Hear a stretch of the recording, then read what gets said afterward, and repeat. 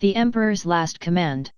The last Black Crusade had broken like a tidal wave upon the Imperium. Kadai lay in ruins, her armies butchered by uncaring hosts, the fleets of the Imperium savaged beyond repair, and try as they might the warriors of the Adeptus Asteroutes, the most powerful soldiers the galaxy had ever known, could not stem the tide of daemons and traitor marines streaming towards Holy Terra. While they could not defeat the forces of chaos, they could definitely bloody them. The daemonette hissed as Captain Titus rammed his blade into its chest, splattering his armored gauntlets with black blood. The servant of chaos tried desperately to free itself, but the space marine was having none of that. With his free hand Titus grabbed the abomination by the throat and with a roar pulled upwards, splitting the daemonette in half and showering the ground with blood before the daemonette dissolved into a cloud of warp energy. Titus charged, hitting the rest of the daemons with as much force and rage as he could muster. His blade flashed forward, severing limbs and heads as he pushed forward, heedless of the monster's attempts to slow him. Titus spun around, plunging the combat blade deep into the head of another daemonette while simultaneously stomping a second flat beneath the might of his power armor. Another daemonette latched onto the ultramarine captain's shoulders, clawing for his head. He dipped forward, using his massive bulk to fling the daemon off his shoulders, but before he could recover a second daemon threw itself at him. The weight of the daemons slowed him down, and soon 3 more were clawing at his armor, trying to get at the squishy human beneath. Titus' deliverance came when the largest of the daemonettes screamed as a blade bisected it. The daemons turned as a second space marine, this one clad in green armor and a cape of scales, slammed into the group. Seeing his opening, Titus killed the daemon currently pinning him while his savior dispatched the remaining daemons. "You'll need to shape up if you are going to survive as the new master of Makruj," said Fukin Histan, Forge father of the Salamanders. He offered a hand to Titus, pulling the captain up from where he lay. "Calgar has fallen?" Titus asked. "And Sicarius, and Tigurius, well over half your chapter. They died with honor, though, and at least Fateweaver's armies will not arrive. Little comfort, but it is better than nothing." Titus looked across the battlefield, his vision marred by smoke and piles of rubble. "What of our forces here?" "I am unsure, but I would say several thousand guards, maybe about half their number in marines." Histan replied. "More are coming, but the heretics have cut off our supply by air and it will take some time before we can win it back. If you really want to continue, Titus, I suggest broadening your senses a bit more." Titus rolled his eyes and replaced his combat blade with a bolter. "This position is undefendable, we'll have to pull back to the palace and reorganize. I'll move forward and see what forces I can find." Histan nodded as Titus rushed forward. The shattered bodies of daemons and humans littered the ground, making it hard for even the space marine to run. Brief memories of the Greya campaign came to mind, wading through the bodies of orcs and heretics alike being just as arduous as it was now. It had been worse during several missions in the Death Watch, where Titus and the other chosen marines tore through thousands of alien monstrosities before being cast through the warp and spat out here. Titus pushed these memories out of his mind and ducked as a squad of corrupted guardsmen fired, las bolts and plasma impacting the ground behind him. He rolled forward and fired, the hypervelocity rounds tearing the heretics to bloody pieces. More heretics and daemons advanced, forcing Titus to take shelter behind a burned-out Leman Russ. "Captain? Thank the Emperor you're here." Titus turned and saw 3 more Asteroutes, 2 Ultramarines and a Salamander, along with a small group of Kadayan shock troopers. "I suppose it's Lord Makruj now, but that can wait," Titus said before reloading. "What happened to the rest of your squadron?" "We were ambushed by a heretic sorcerer. Our squad was torn apart before a predator drove the daemons off," the lead ultramarine answered. "I was separated from my unit by that last wave of daemonettes," the salamander said. "And you?" Titus nodded to the Kadayans. "Our commander was cut down by mutants, my lord." The nearest Kadayan replied. "We fell back, but nearly half our squad was lost." Titus muttered a curse under his breath before poking around the side of the wreck to fire another burst, dropping several mutants. "The heretics are pressing in. We are falling back to a more defendable position. My brothers will provide covering fire until you can reach the Imperial Palace." "Yes, my lord." May the Emperor protect you. Titus nodded in thanks before leaping out from behind the ruined Leman Russ, followed by the other marines. There was the scream of a Melta firing and several daemons were vaporized, further depriving the heretical forces of a chance to attack Titus. He and the two ultramarines fired, their bolters clattering away while the salamander reduced another group of daemons to charred husks with his Melta. Having trouble, a voice crackled through Titus' Vox communicator. Cantor, thank the Emperor it's you. Listen, I need support as soon as possible. Tactical fallback is not working so well, is it? Titus rolled his eyes again. It's going fine, except for the part where I used myself as live bait. Get used to it, that's what we were created for. The communication cut off before 5 frag missiles slammed into the pavement ahead, showering the daemons with shrapnel.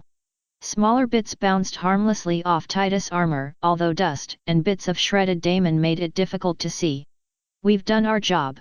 Fall back to the palace. The other space marines nodded and began backtracking, their bolters and Melta still spitting death into the horde of daemons. The daemons attempted another advance, but a second salvo of missiles, supported by autocannon and lascannon fire, drove them back long enough for Titus and the Asteroutes to escape. In front of the gates to the Imperial Palace was a veritable fortress. Barricades of the highest quality had been constructed, sheltering scores of lascannons and heavy bolters from demonic assault. Guardsmen of all types, ranging from Kadians to Valhallans, held their positions at the guns, pouring fire down into the plaza below. Supporting them were fragments of countless Space Marine chapters, the mighty warriors helping to mend gaps in the guardsmen's lines and deal with larger foes. Titus spotted space wolves, imperial fists, ultramarines, salamanders, and several other chapters he could not identify off the top of his head, all working in fluid motion to smite the foes of the Emperor. Titus knew that this was only a small sector in the ring of steel that surrounded the palace, but his training as an Asteroutes told him to avoid worrying about their status. Other commanders and generals in those regions would be better suited for that, and he needed to remain focused on the immediate threat. He discarded his blood-stained combat blade, searching around for a chainsword among the various stacks of supplies. You survived, Titus. Consider yourself lucky. Titus turned and saw Pedro Cantor, chapter master of the Crimson Fists, walking towards him. Most of our brothers have fallen to our enemies. They died fighting for the Imperium, we cannot ask for more than that. Cantor nodded and led Titus into the fortifications, the two Asteroutes ignoring a blast from a heretic plasma cannon. We have enough ammunition to last us a week's siege, but I can't say the same for our numbers, the Crimson Fist commander explained. When will the Titan legions arrive? 2 days, at most. You missed Shrike when he heard of the delay. He tore apart a heretic rhino without his lightning claws, he was so enraged. And he always says we're the ones who are too ill-tempered. Titus muttered. Do we at least have any other forces en route? The Space Wolves and 4 regiments of Catachans are trying their best, but they were caught up by traitor marines in the nearest hive city. The only real support are a few Bane Blades, but they won't arrive until tomorrow morning.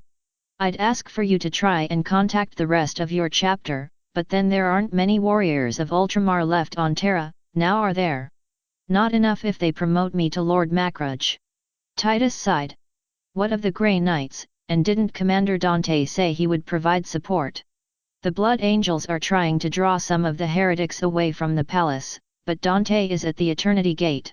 Cantor's voice became more annoyed as he continued. The Grey Knights are holed up inside the palace, they say they're waiting to defend the Emperor, but personally I think Drago's waiting until we've broken the heretics before he makes his entrance and claims victory for himself. Figures there was an explosion as a Chaos Predator was torn asunder by cracked missiles. If Drago wants to play hero, let him, we have a war to win. Agreed. I need you to locate what's left of your chapter and move to support the guard. I will continue to provide heavy support and see if I can work out our coordination issues. I understand. Deep within the caverns of the Imperial Palace lay the Golden Throne.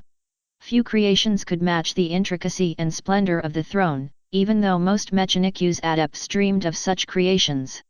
Exact dimensions of the throne were a closely guarded secret, but it dominated the massive throne room, and was adorned with as much imperial icons and calligraphy as could be fitted. Before the throne stood dozens of Adeptus Custodes, the golden-clad bodyguards silent as battle raged outside and completely indifferent to the few Mechanicus adepts and Grey Knights milling before the throne. And strapped inside, his head and torso exposed, was the Emperor himself. Gone were the days of his majesty, all that remained was a dried husk of flesh and bone, shriveled and grey from thousands of years of undeath. His hair, once a deep raven black, was all but gone, the last few strands as white as bone. His teeth and nails had long since rotted away, and his eyes were milky white and crusted from lack of use. The only sign of life came from the beeping of the machines attached to the throne and from a small line of drool running down his face. "Has anything changed?" asked Calder Drago, Supreme Grand Master of the Grey Knights. "No, my lord," the Mechanicus attendant said, drifting away from the throne and the Emperor. "But the forces of chaos are marching on us as we speak," shrieked Drago, grabbing the attendant with his free hand. "He is supposed to wake from his slumber and slay the heretics. Why isn't he doing so?" "I am not one to doubt his will, my lord," the attendant said. "He has a plan for everything, and we are not worthy enough to judge his plan." "Well, he shouldn't be so secretive." Drago released the attendant and began to pace across the floor in front of the throne. "Why are we just sitting here waiting? There has to be some way to dash. It is not possible or ethical to attempt to speed up the Emperor's awakening." "Relax, my lord, he will awaken when he so wishes. I wish you would stop interrupting me." "I am sorry, my lord." The attendant drifted off to another part of the room, leaving Drago alone. He considered going to the custodes for relief, but the silent sentinels did not even acknowledge he was there.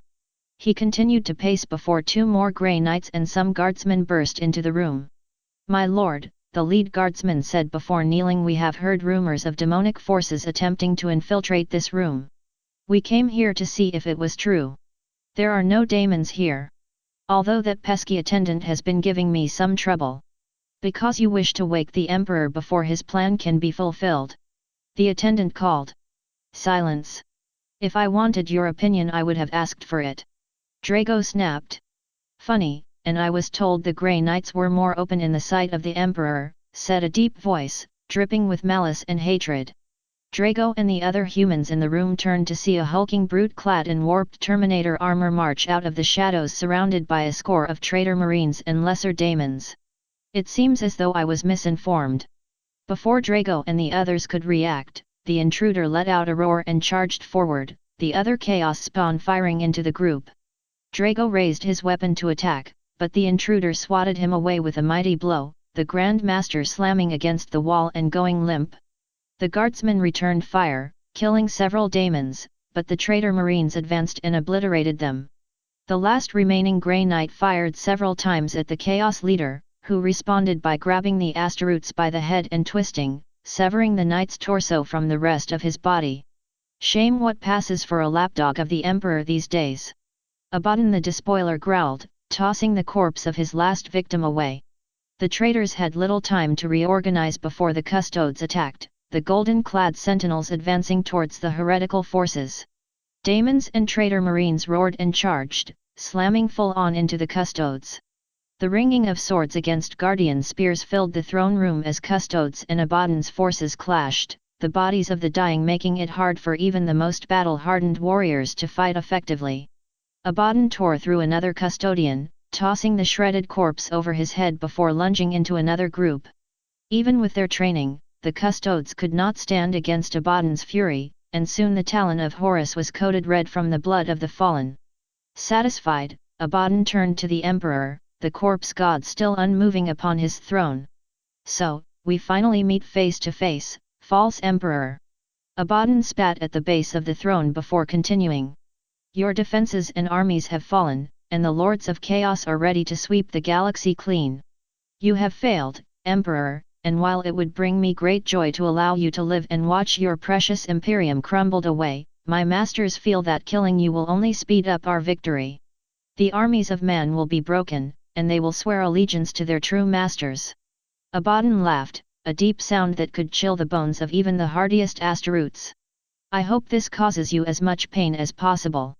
With another roar, Abaddon swung his mighty hand towards the Emperor, fully intending to take the corpse god's head off. But before his strike could connect, a yellow glow enveloped his hand and stopped it mere inches from the emperor's face. "Do you honestly think I would leave myself defenseless?" a disembodied voice echoed throughout the room. "What sorcery is this?" Abaddon roared, trying hard to pull his hand free of the glow. "The exact schematics were lost during the Age of Strife," the voice explained. "I had to create it from scratch based on what I remembered of the era before. It was designed to catch projectiles and stop them from killing important leaders, but increase the power tenfold and it will stop near anything, unless I allow it through." Abaddon growled in frustration as he tried to free his hand, but every time he struggled the field grew stronger. "Release me, then present yourself so we may fight like true warriors." "True warriors? You are no more true than a newborn Katachan who has just grasped their first knife," the voice laughed. "As it stands, though, I have need of you." "What?" "Well, I say you, but I really mean the warp energy that has infused your being. Over the last few centuries I finally found a way to cure myself, so that I can finally walk amongst my people and lead them back into the light. However, the thousands of psychers sacrificed to me were not enough, their warp presence being too weak and short-lived. You, on the other hand, have lived most of your life in the warp, it has infused your entire being, molded you into the beast standing before me. Also, Drago's blood, while not optimum in the least, will be enough to remove the demonic presence from your warp energies and allow me to rebuild. You bastard!" Abaddon swung with his free hand, but that too was enveloped in a yellow glow. He could only watch at the head of the corpse emperor turned towards him, leering all the way. "My goal was to kill the chaos gods," the emperor said, "and I have awoken to do just that." A blinding light filled the room, engulfing Abaddon and the emperor and causing the traitor marines and daemons to stagger back. Even the custodes stopped their attack, taking the time to reorganize. The light continued to expand and glow brighter until a jet of warp flame shot from the center of the light, engulfing two of the traitor marines and vaporizing them before they even had a chance to cry out. The light faded, and all present in the room, demonic or otherwise, could only stare in awe. Gone was the corpse of a dying king. In its place stood a man, taller and broader than any mortal to have ever lived. Muscles rippled beneath a gold tunic, and his body was wrapped in a golden glow of warp energies. He gazed across the room, his eyes locating the demonic hosts readying themselves for an attack. The traitor marines fired, their demonic-enhanced weapons clattering as the lesser daemons rushed forward, weapons raised. The emperor raised his hand and a wall of warp energy surged outward, knocking the heretical forces to the ground. A ball of flame formed around his left hand as he advanced, the heretics trying in vain to stand and fight. He thrust his hand forward and launched the fireball, slaying a score of traitors before assaulting the lesser daemons, warp flame and lightning arcing off his arms and destroying all that stood in his way. The custodes rallied and charged, laying into the traitors with bolter and guardian spear. The last survivor was a traitor marine, his legs and left arm mangled from a blast of warp flame. "Why, your defiance is in vain, false emperor," the traitor said as the emperor advanced. "The lords of chaos will smite you and devour all that serve under your name. They failed to kill me while I was entombed in the throne, when I was weak and helpless," the emperor snarled, raising the traitor up with his psychic powers. "I doubt they will be able to slay me when I have regained my power. Now, taste my wrath." The traitor squirmed before being engulfed in warp flame, his armor and flesh melting into liquid beneath the emperor's fury. The emperor released his victim and turned, singling out the terrified attendant lying petrified on the ground. I am sorry for disturbing you, my lord," the attendant stammered. The emperor walked towards the attendant, the lesser human curling into a tight ball. I only meant to serve you. Please, show mercy on your servant. I did not know the ruinous power were here. Please, do not purge me. Be at ease, my son." The emperor knelt next to the attendant, placing a hand against his head. "You performed your duty to the fullest, and I cannot ask for more than that. I foresaw the ruinous powers breaking in here to slay me, you were merely an unnecessary victim. Any sins you may have procured have been absolved." Thank you, my lord," the attendant said as the emperor helped him to his feet. "Now, we must not waste time, the ruinous powers are advancing and my sons can only hold them for so long. The barrier between the materium and the immaterium has grown weak, and I must act upon its weakness. Fetch me my armor and weapons, then prepare yourself. Why yes my lord. The attendant scurried off, leaving the emperor alone with his custodes. For a moment he opened his soul to the immaterium, feeling as the storms of the warp lashed against his aura. It was nothing new to the emperor, but finally stepping back into the physical realm, it was a feeling he would not soon forget. He was interrupted by the sound of the Eternity Gate opening. The emperor watched as a score of Astaroths in blood-red armor entered, led by a figure clad in golden armor and jump pack. Damn the traitors if they think they can slip past me! Commander Dante growled, not yet noticing the emperor standing before him. They will suffer my wrath for daring to. Dante stopped when he realized that not only were the traitors dealt with, but the emperor was standing before him, alive and well. Dante blinked twice before kneeling, his fellow blood angels joining him in reverence to the emperor. Commander, the emperor said, why do you worry? I do not worry, my lord. Don't lie to me, I know full well that worry lays upon your soul. Dante was silent for a moment before speaking. For many years I have served you, and I swore upon my life that I will defend both the Imperium and you. But now that the heretics have broken through to you, I know that my vigilance has failed me. Dante lowered his head. Do with me as you wish. There was a pause before the emperor spoke. Commander Dante, you have not failed me, the forces of chaos had to attack me if I was to be able to revive myself. Your time will come, but I will not be the one to force you towards it. Thank you my lord. Dante nodded and rose, the blood angels joining him. There was the sound of machinery being pushed aside before the Mechanicus adept returned, pulling several trolleys on which a suit of golden power armor and a master-crafted sword rested. Now we must hurry, the emperor said, using the powers of the warp to lift his armor. The forces of chaos are preparing to attack. A lull had grasped this section of the battlefield, immersing everything in silence. On one side of the war zone, the loyalist guardsmen and Astaroths dug in behind their fortifications, preparing themselves for the coming onslaught. On the other side, more powerful daemons stepped out of breaches in the materium, bringing with them lesser daemons to replace the scores that had been butchered by the loyalists. The daemons roared and shouted curses at the humans, hoping to intimidate them enough to break. Titus was silent, taking the time to steady himself. He could hear commissars and officers speaking to their fellow guardsmen, rallying them to the defense of the imperial palace. Vox Communications had informed Titus that the heretics were attacking all along the line, driven by some force that the loyalists could not fully understand. If the Imperium is to die today, he thought, then it shall be known that we died with honor. Sensing their foes building up their defiance, the daemons roared and charged, their weapons raised to reap the loyalists before them. The first weapons to fire were the las cannons and missile launchers. The heavy las bolts easily passed through the bodies of lesser daemons and badly wounded several greater daemons, while frag missiles cut down many in a storm of shrapnel.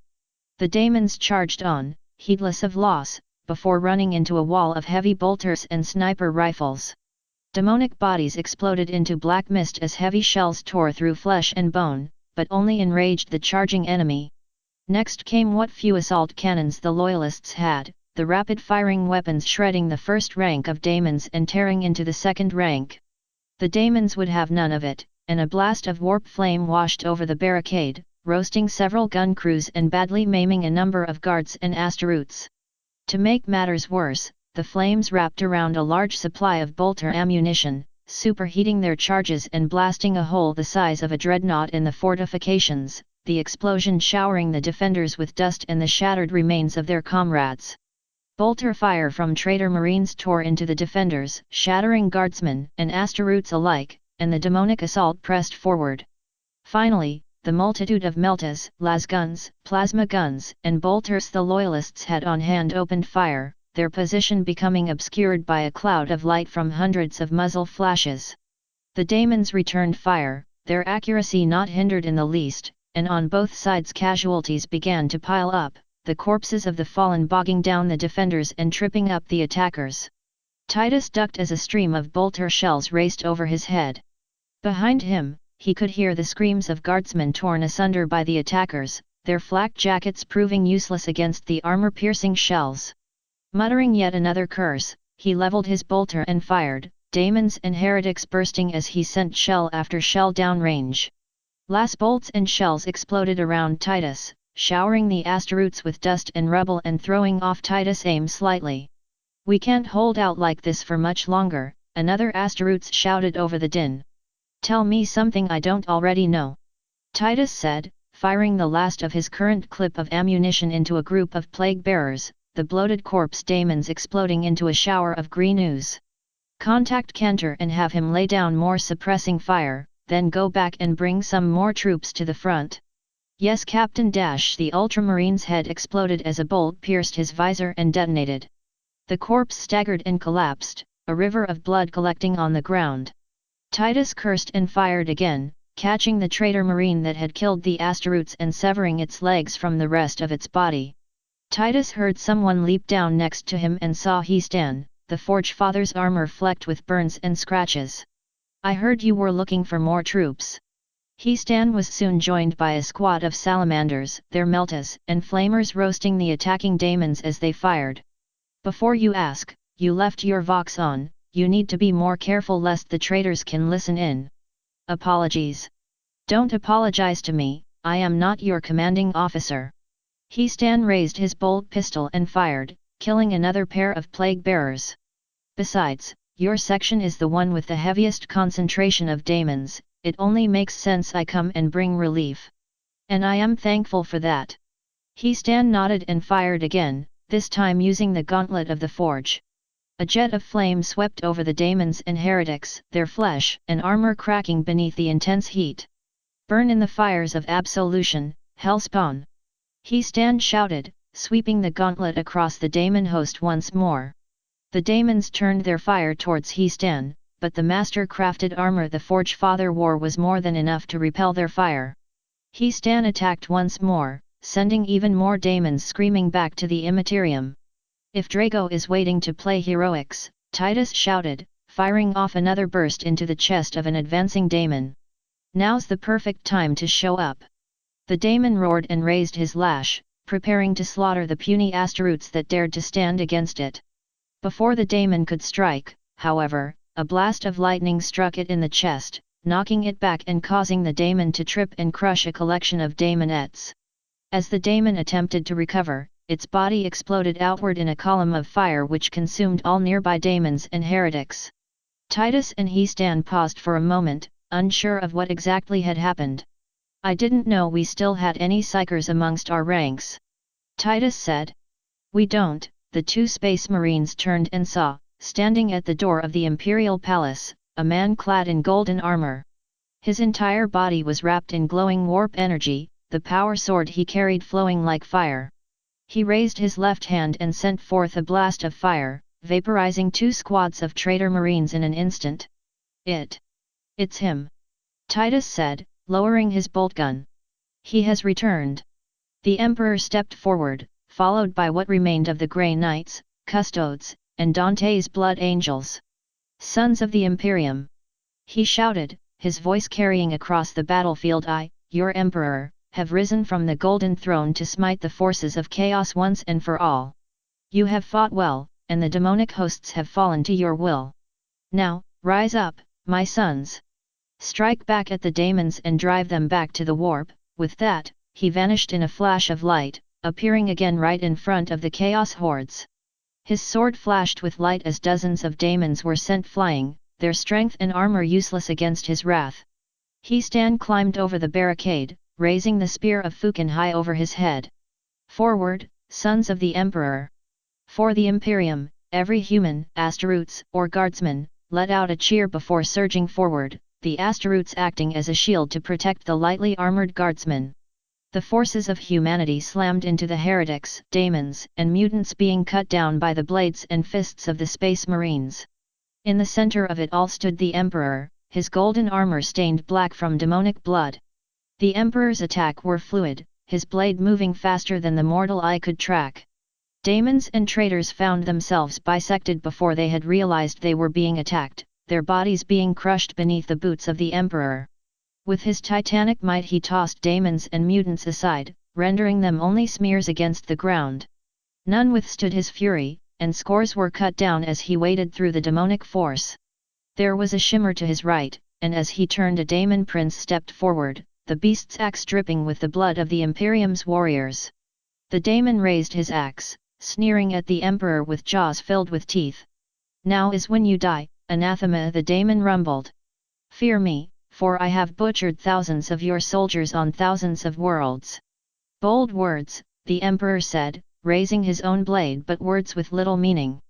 The daemon charged forward, swinging his axe in an arc towards the emperor's head.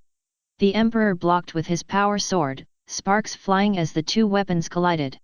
He slipped out from under his attacker and swung out, but the daemon parried and thrust forward, striking the emperor in the chest with the blunt edge of the axe. The emperor staggered back, but managed to block another strike from the daemon. The emperor struck again, aiming for the daemon's head, but the beast blocked and countered, the axe missing the emperor's head by inches. The two locked blades, the daemon trying to force the emperor back using his superior strength, while the emperor's armor made it nearly impossible for him to be moved. "You are weak, anathema," the daemon prince said. "Your subjects call you a god, yet here you are and you can barely overpower someone who is your equal. You are not my equal." The emperor pulled his left hand free of his sword and grabbed the daemon's face. Warp flame erupted around the emperor's hand, burning the daemon and causing it to stagger back.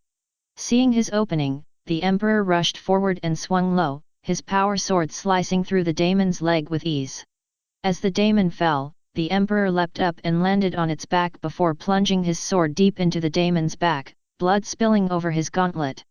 The daemon hit the ground with a crash, the emperor withdrawing his sword and leaping clear before impact. "Forward, my sons! Cleanse the earth of the unclean!" Fighting lasted until dawn. With the emperor's return, the forces of chaos were put on the defensive. Up and down the line the demonic host was assaulted by the emperor and his army, and soon the ground was coated black and red from the blood of both humans and heretics. Fighting shifted away from the palace and to the hives of Terra, the emperor's forces fighting block by block against the heretics. The might of chaos was finally broken when, as more and more daemons converged on the emperor's position, a force of Baneblades supported by Leman Russ battle tanks struck the rear of the Chaos Army, throwing them into disarray and allowing the Emperor to slaughter them to a man. By the time the sun rose the next day, the forces of Chaos were in full retreat, sliding back into the warp and headed towards the Eye of Terror. The Emperor stood atop a ruined monastery, looking out across the shattered world that was Holy Terra. Mighty cathedrals and palaces lay in ruins, and cities that once held some of the greatest of mankind were little more than piles of ash and rubble. The bodies of men, women, and children lay in the streets, the sheer multitude of corpses blocking the ground from view. The shattered remains of predators, whirlwinds, land raiders, baneblades, basilisks, chimeras, and thunderhawk gunships dotted the landscape, smoke billowing from destroyed engines and breached hulls. The war for the Materium is over, he thought. But the war for the Immaterium must still be won. He turned to the sound of boots crunching rubble and saw the remainder of his army, led by Histan, Cantor, Dante, and Titus.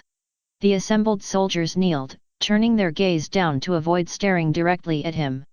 "Lord," Titus said, "we have destroyed your enemies and fought with courage in your name. Now, command us as you would see fit.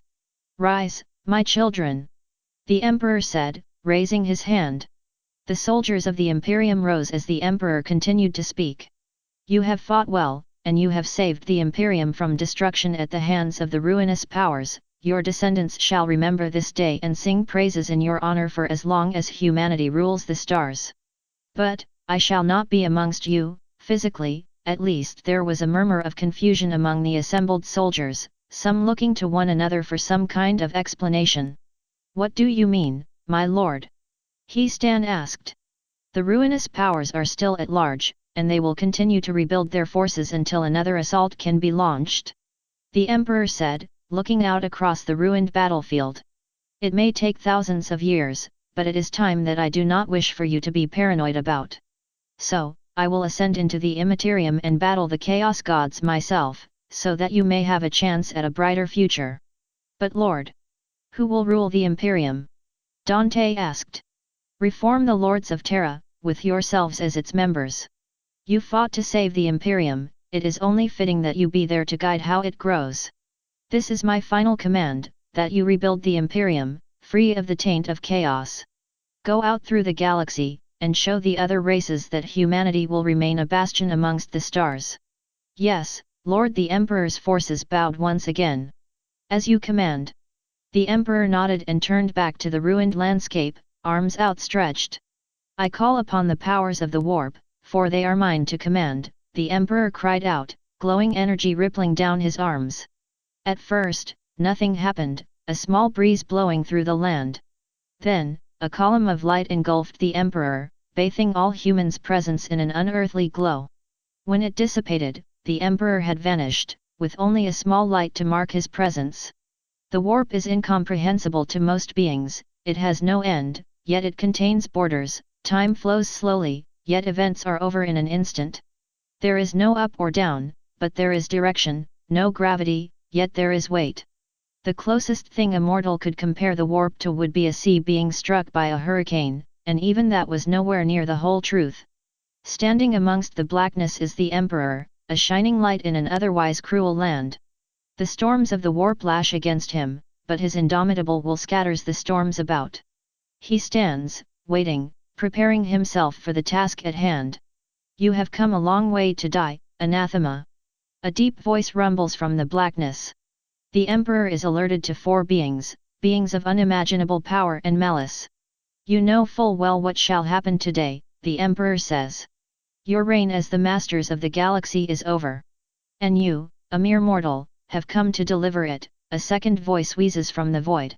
Oh, I just love when mortals become overconfident, says a third voice, younger and much more feminine. It is so much more satisfying when they finally break. You assaulted me throughout the time I was in the throne, every assault failed. And how do you know that wasn't the intended plan, the final voice says. Perhaps we wanted to make you feel confident, to draw you in where we could crush you fully. Your intimidation tactics won't work on me, Tsianch. One of your prophets informed me of what would transpire here, that I would face off against you and your ilk in fair combat. Fair? Fair? You are but a child pretending to be a warrior, you know not of fair combat, especially against the true masters. Your skull shall make a fine addition to my throne, anathema. You are nothing but a brute, kern. I smote the finest of your warriors and spilled the blood of your princes, and none of them provided me with anything resembling a decent fight. This draws a roar from the void. You dare mock me? I am Kern, the god of warriors and bravery, the mightiest fighter to have ever traveled the warp.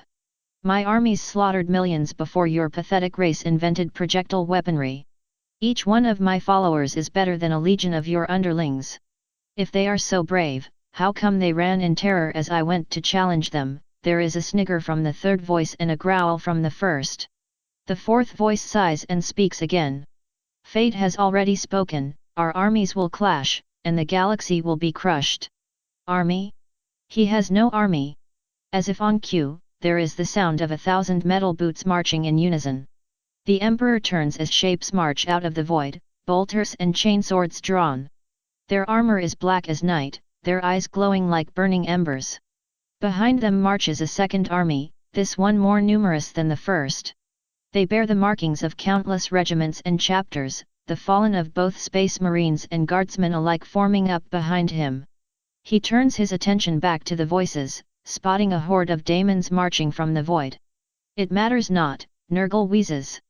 You are outnumbered, and weaker than any one of us.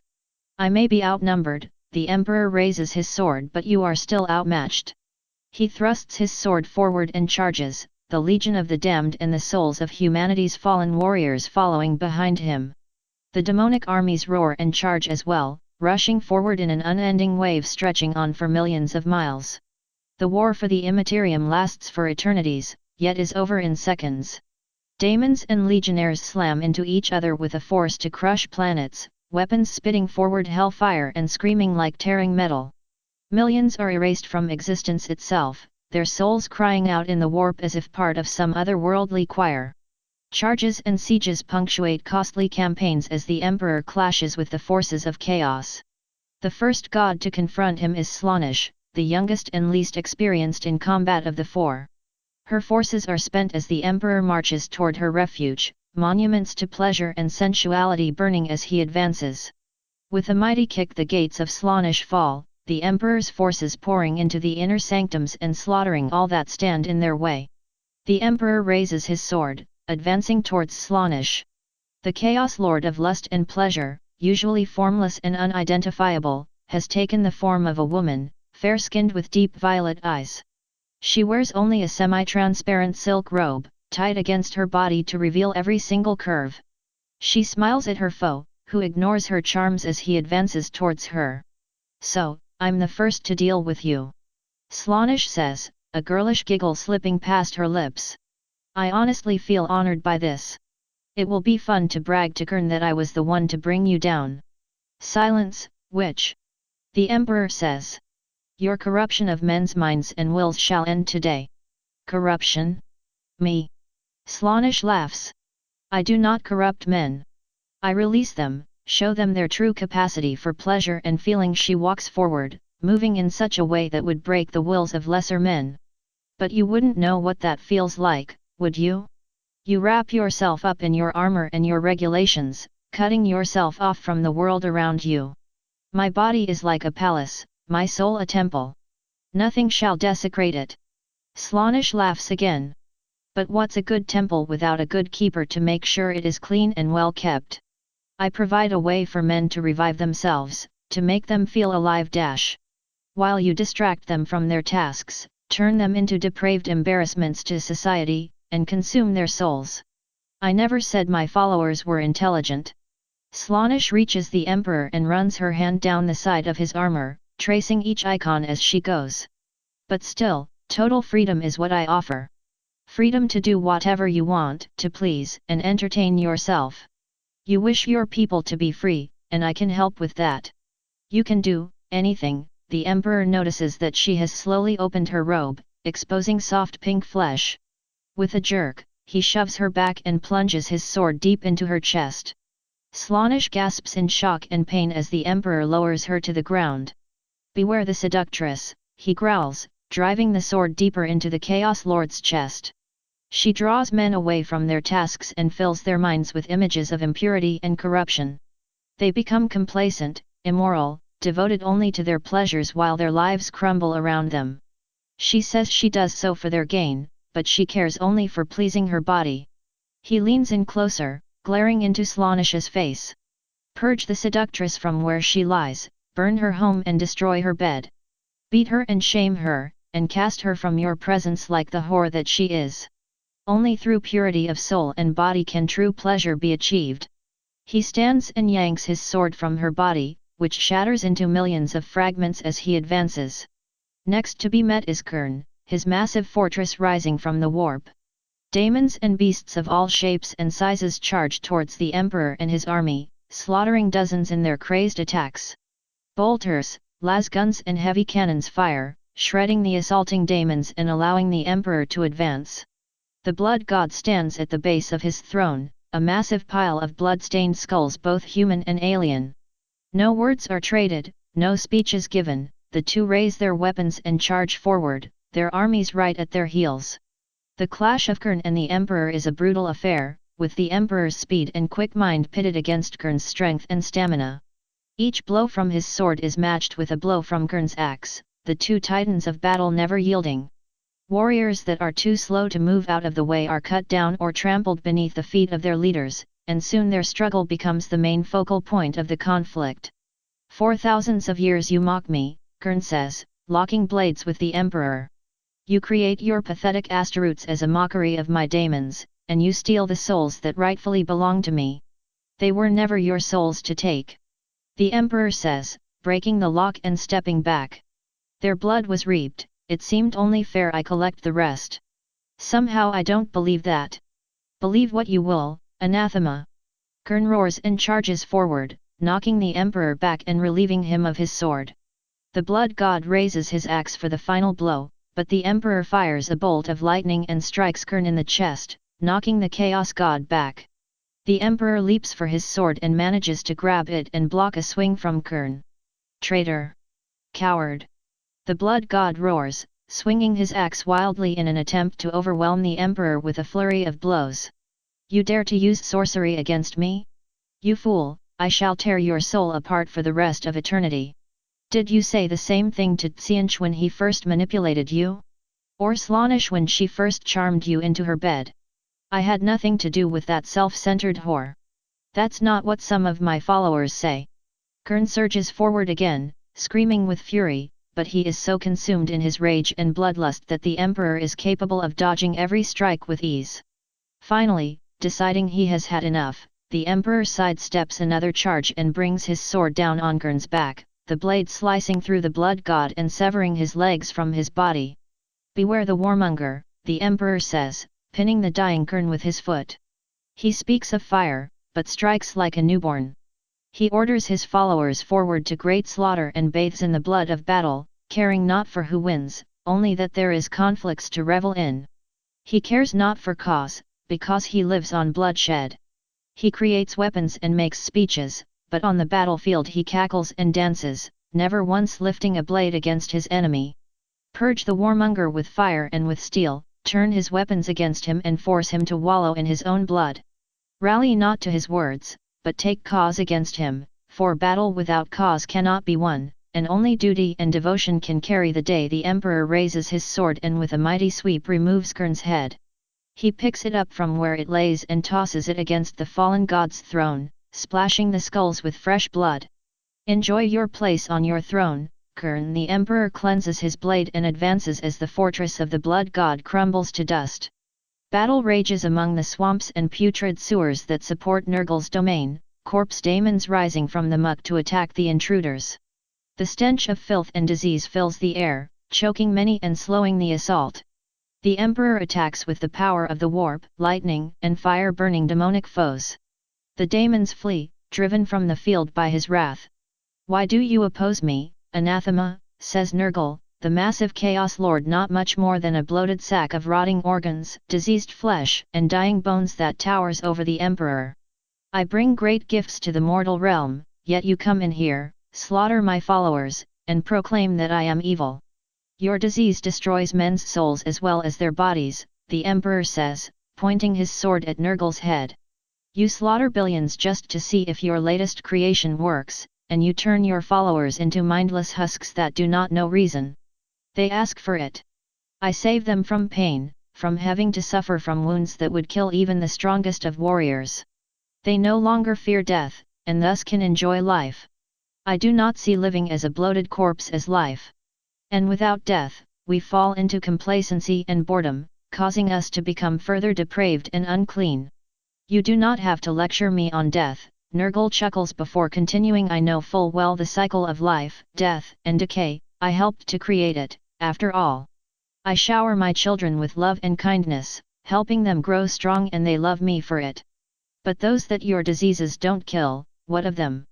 They despise you and curse your name, and they work hard to destroy your gifts as fast as they can.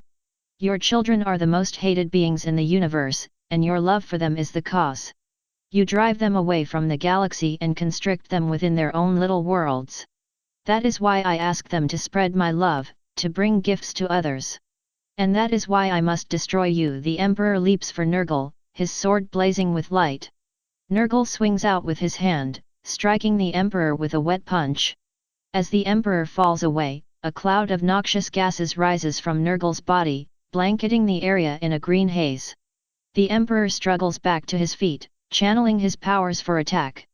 Nurgle swings again, but the Emperor becomes wreathed in flame, Nurgle's flesh sizzling once his attack connects. The flame expands outward, burning away the rot and disease and clearing the air as the Emperor strides forward, blade in hand.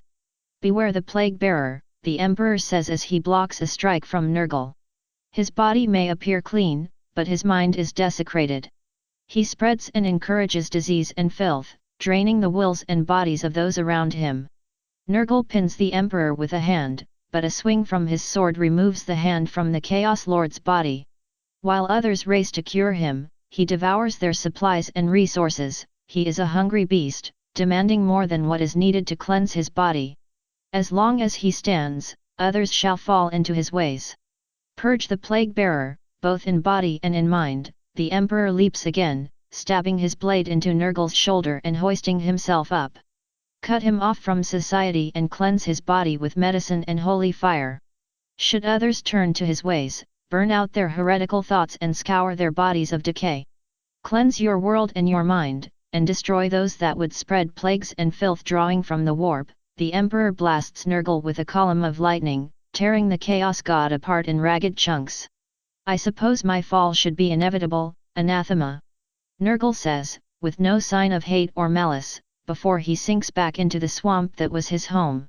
The emperor turns, but instead of leaving to find Tseentch, he goes deeper into the swamp, searching for a light in the darkness. He finds that light in the form of an Eldar maiden, bound inside a closed-off area of Nergal's realm. Her body is covered in sores and scars, residue from many of Nergal's gifts to her, and her breathing is choppy from liquids collecting in her lungs. The emperor steps forward, lowering his blade to calm the Eldar. Why have you come here, human? Isha asks. Your kind hates my people. Chaos drove your people to becoming what it is now. With Slaanesh slain, they can change. You will help them. You are an idealist, my kind is too arrogant to accept you, and yours is too fanatical to accept mine. I never said it would be easy. He raises his blade and swings, severing Isha's bonds. The Eldar goddess stands, turning to face the emperor. May your blade be swift as you smite the lords of chaos, emperor. Go in peace, Isha, may you bring life back to a dying galaxy. Isha bows and disappears, leaving the emperor alone once again. He brings forth his blade again, the remaining specters of the emperor's army forming up behind him. Tseentch's realm stretches on, a mass of shifting pathways and mighty sorcerers. Warp flame and lightning rains down upon the forces of humanity, who responded with bolter fire and roaring blades. The emperor blasts apart constructs with his powers, ripping through walls that should have been impenetrable, while his soldiers strike down all that stand in their path. So, you finally arrived, the raven-like form of Tseentch says. A little behind schedule for my original plan, but then freeing the Eldar goddess was always an interesting factor to deal with. Enough with your prophecies, Tseentch. Once you are dead, the might of chaos will be broken and the Matorium shall be free. So, you actually encourage stagnation? And you always struck me as the progressive type. Advancing is good, as long as there is not a malevolent power behind every man's step. Without me, there is no change, everything would stop and your precious Imperium would stay the same as it always was. I saw what you were trying to do, and let me say that without me your plan to have your best troops rebuild will fail if I am not there. Was there a realm where they succeeded without you? What? All fates have an inverse, a chance of going wrong. Was there a realm where they succeeded? Your question is rather irrelevant. You are wasting your time, and I do not wish to deal with you. Tseentch is interrupted by a blast of warp flame from the emperor. He disappears and reforms elsewhere in his maze, but the emperor does not allow him to slip away that easily. Lightning arcs through the immaterium, chasing the god of change through his realm. Answer me, the emperor roars, launching more of his power at Tseentch. Fine, fine. Geez, you're worse than Kern. Tseentch lands on a ruined building, leering down at the emperor. Yes, I did see a world where my death did not stop the Imperium from prospering. No, it still wasn't a nice place, and no, it did not change very rapidly, but yes, it was getting better. However, the chances of you possibly causing that reality to happen Your words alone make it so. The emperor launches a psychic blast at Tseentch, the chaos god parrying with his own strike.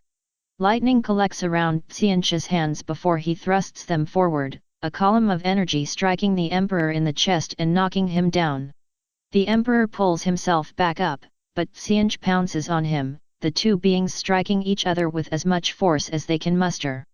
Tseentch hurls the emperor against a wall, the masonry crumbling as his armored form struck it.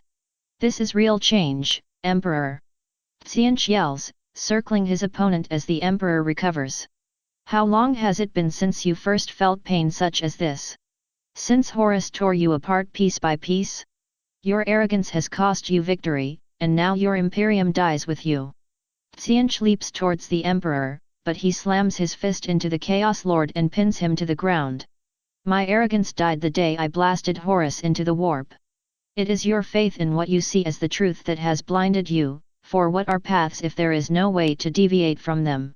The emperor's hand begins to glow, causing Xianch to struggle. Beware the silent manipulator. He hides in alleys and dark rooms, waiting for unsuspecting victims to stroll into his trap. He fills their heads with lies and points them down the path he designates. He sets them on rails to their doom, and when they try to fight back he wails and diverts them down another path until they have become lost inside a web of half-truths. Destroy the manipulator above all else, throw his plans in his face and refuse his offerings.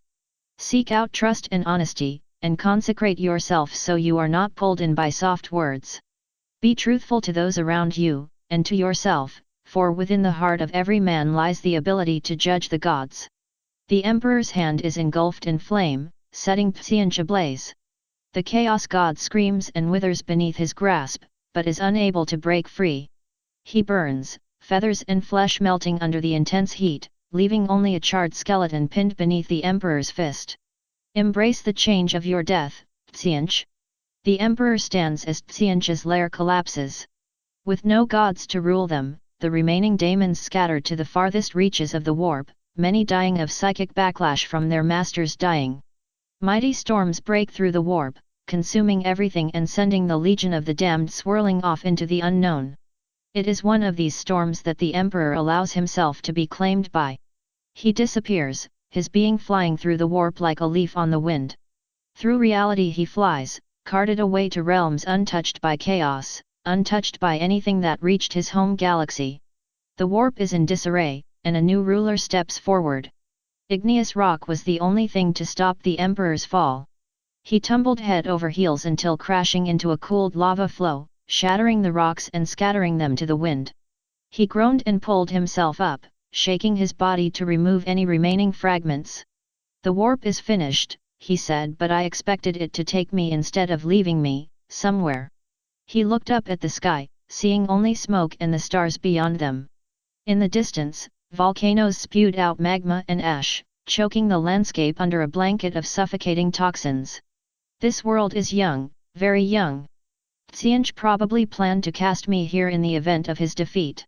He sighed, raising a hoof to his head. Perhaps I should find a way to re-enter the warp and make sure that he's fully dash. Wait, hoof? The emperor pulled back. Sure enough, where his right hand should have been was now a snowy white hoof. He blinked, waving the hoof in front of his face to make sure he was actually seeing the truth. He turned his head and gasped. 4 legs ending in hooves. A slender frame. Eagle's wings. A tail and mane comprised of 3 colors, all moving in some unseen wind. A stylized sun on each rear flank. I am a Xenos.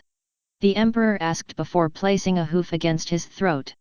His voice had raised several octaves, and was now much more bell-like and regal rather than harsh and commanding. A female Xenos. For whatever reason, his eyes drifted to the top of his head and saw a horn protruding from his skull. What the frak happened to me?